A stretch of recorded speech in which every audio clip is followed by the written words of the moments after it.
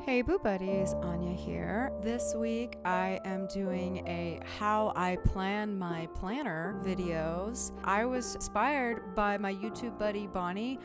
So before I even get into my wonderful Archer and Olive planner notebook, I start with Post-its.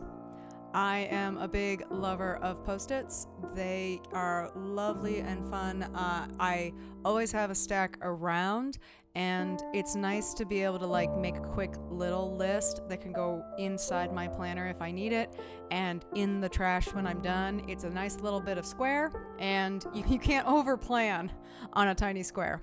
So the first thing I start with when I make a plan is I think about what I want and need to do in the upcoming time ahead. So we're going to start with the quarter, and I'm going to go over my goals for the quarter, and then I'm going to check in with my goals that I set at the beginning of the year. So my year goals.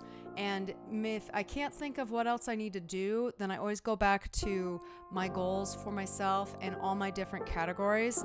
I like to have at least one thing from each category met for every quarter. Once I have gone over what I want to do and need to do for the next 3 months, I am going to go ahead and I'm going to move into the notebook. And I like to start with my trackers. My trackers really don't change. They're really straightforward. These are my progress trackers that I'm going to use for the next 3 months. So I'm just going to go ahead and using my pencil, just map out where they're going to go when I do the setup video.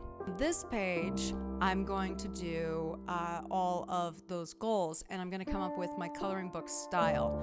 So how I do that is I go back to the Post-its, and I'm going to start by counting out all the goals that I have declared for myself. So once I have a number, then I am going to think about what I want to make my coloring page be. So what I'm going to think about when I am picking out what I want to do for a theme is I'm first going to look at all the stickers I have in my collection, and there are so many, and there's lots of fun things, and I try and think about what shapes I want to use and what can go together and what's really appealing to me at that time.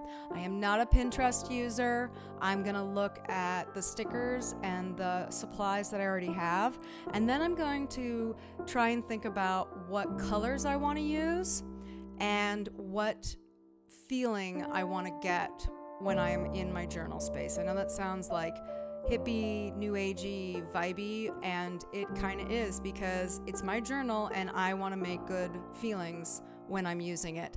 So the brainstorming that I'm doing now is I know the colors that I want to use are orange, black, and brown and white. I want to do like a bright, minimalist, neutral tone using orange, black, and brown as my accents. So a lot of white is coming. I know I want to use some science and mixology style because I'm really digging on shapes. I think it's something that'll translate from October into November and all the way through the holidays into New Year's will be these fun shapes. So I am going to start sketching out some ideas for what kind of shapes I can turn into goal sections on my coloring page.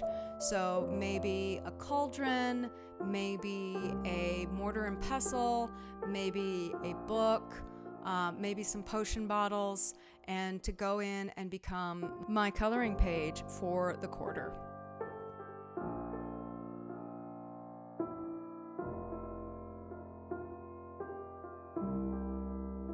So even though this was a bit of a weird video, I hope you guys enjoyed having a look into the way my brain works when I am plotting out a plan, and hopefully it also explained a little bit of how and why I set up my planner the way I do.